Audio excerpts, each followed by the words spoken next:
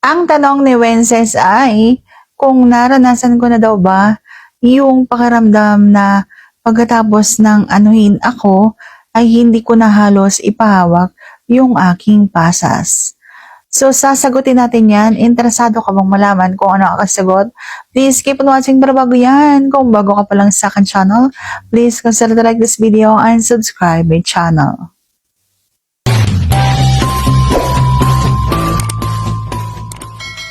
Shoutout ng bonggang-bongga kay Arnaldo, Winces, George at Wilson. Salamat po sa lahat ng mga nanonood sa aking channel.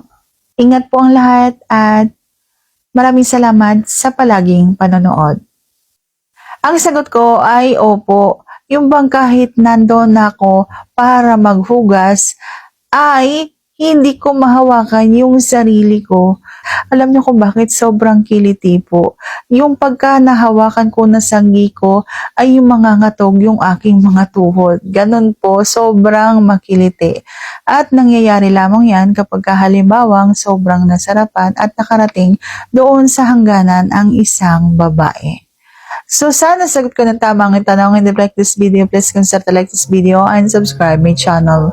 Thank you for watching. See you on my next vlog.